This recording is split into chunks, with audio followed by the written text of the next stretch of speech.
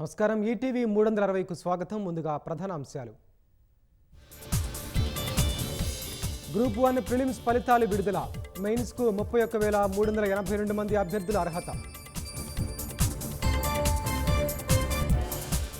హైదరాబాద్ గోల్కొండలో ఆషాఢ బోనాల సందడి. జనసంద్రంగా మారిన చారిత్రాత్మక కోట.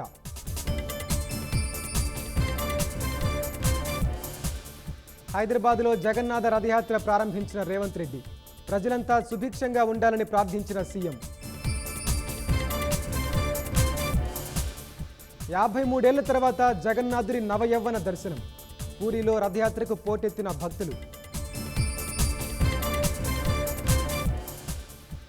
ఏపీ సీఎం అయ్యాక తొలిసారి ఎన్టీఆర్ ట్రస్ట్ భవన్కు చంద్రబాబు. తెలుగు జాతి ఉన్నంత వరకు తెలుగుదేశం పార్టీ ఉంటుందని వ్యాఖ్య.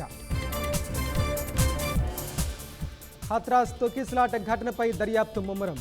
బాధిత కుటుంబాలను కలిసిన జ్యుడిషియల్ కమిషన్.